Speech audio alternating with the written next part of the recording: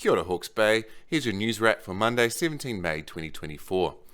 The successful 2024 ASICS Runaway Hawke's Bay Marathon at the weekend is vital to attracting people to the region and is a boost to the local economy, says Hawke's Bay Tourism. Almost 5,500 runners and walkers took place in the marathon in perfect conditions on Saturday. Hawke's Bay Tourism CEO Hamish Saxton says that it is events like this that show why Hawke's Bay is a popular events destination. I spoke with half-marathon finisher Brodie Kane about her thoughts on the marathon. Oh, I tell you what, I already love Hawke's Bay, but they put on an event like a concert, like a run, absolutely glorious. It was a beautiful day. You couldn't have asked for better weather conditions. The people loved it. I loved it. I smashed my race. I couldn't fault it, to be honest with you. Brace yourself, Hawke's Bay, as a significant amount of rainfall is expected in the next 36 hours.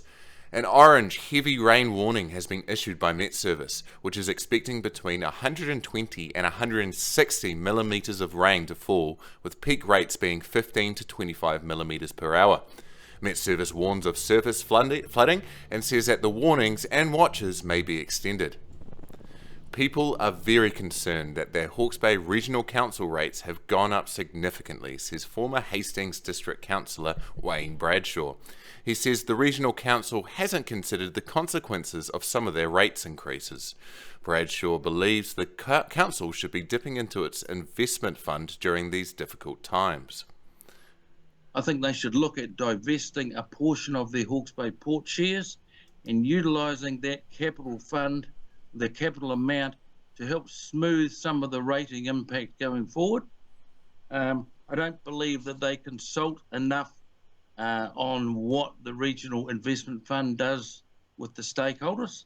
It's in the vicinity of $350 million. The Haiapool Big Clean took over Waitangi Regional Park yesterday, where participants were given gloves, a bag, and sent off to a location between Awatoto and Clive to clean up as much rubbish as they could, with a free sausage and drink at the end. I spoke to Sustainable Coastline's engagement manager, Dan Downing, at the event and asked what is going to create the lasting change to clean up our coastlines for good. So the main message from today is that it's not just the cleanup which is going to do all the impact today. It's the lessons that we're going to take home. It's reducing single-use plastic, refusing it, reducing it and reusing it, or reusing normal plastic or glass so that we can reduce the amount of plastic we use. We've got community groups that do litter intelligence, so beach cleanups all over Hawke's Bay, collecting data so we can understand what's washing up. The classic saying is you cannot change what you do not measure. So you can get involved with them if you want to continue getting involved. There's also, as I mentioned, those other community groups are doing other things around the environment, and they'd be welcoming support and volunteers at their events as well. And that's your wrap for Monday. For more on all these stories, head along to the Hawke's Bay app or hbapp.co.nz. I'm Jack Riddell, and I'll see you tomorrow with more news from Hawke's Bay. Mate wa.